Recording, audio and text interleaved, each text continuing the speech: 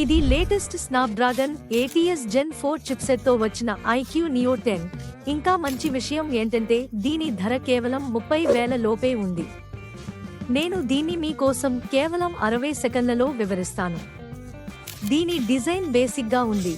IQ 13, IQ Neo 10R లాగే కనిపిస్తుంది, కానీ దీని టైటానియం గ్రే కలర్ నాకు చాలా బెటర్గా అనిపిస్తుంది. IQ తన డిస్ప్లే గేమ్ను కూడా బాగా అప్ చేసింది.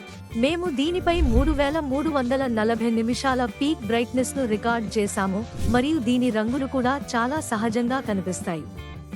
దీనితో పాటు మీకు 144 Hz రిఫ్రెష్ రేట్ లభిస్తుంది. ఇది స్నాపీ అనుభవాన్ని ఇస్తుంది.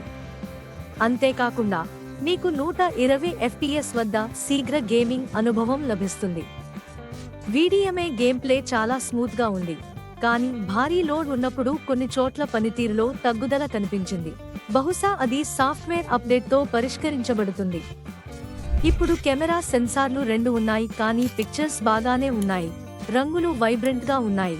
షార్ప్ ఇమేజెస్ వస్తాయి. సహజంగా అనిపించవు, కానీ అంత చెడ్డగా కూడా ఉండవు.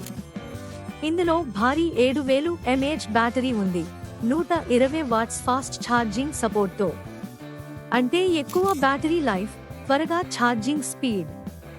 ఇది 0 నుండి 100% కేవలం 40 నిమిషాల్లో ఛార్జ్ అవుతుంది.